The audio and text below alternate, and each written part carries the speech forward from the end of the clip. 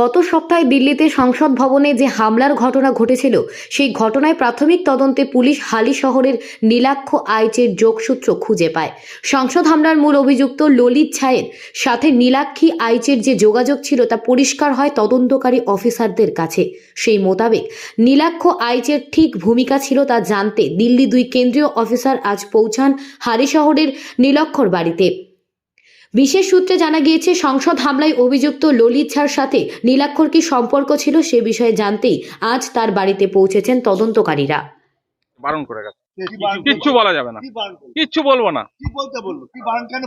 ওটা ওনাকে জিজ্ঞেস করুন না, যাই না, লেখা আছে তো, গাড়িটা দেখুন।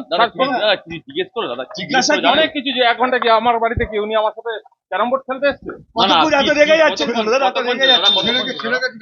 1 ঘন্টা 3 ঘন্টা ছিল, হয়েছে।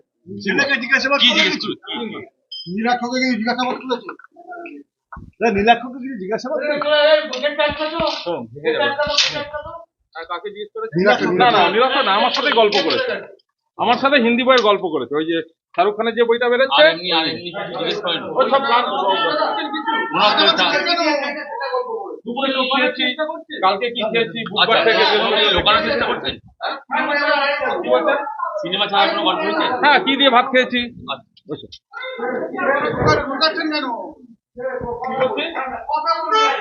দাদা কি করছিস?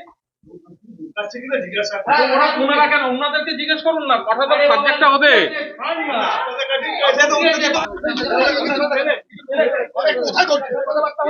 কথাবার্তা হলো কি বলেন না?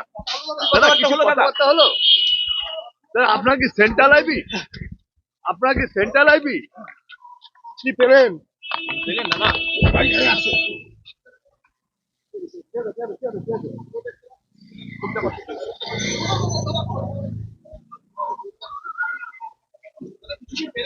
না কোনো কিছু সিজ করলেন?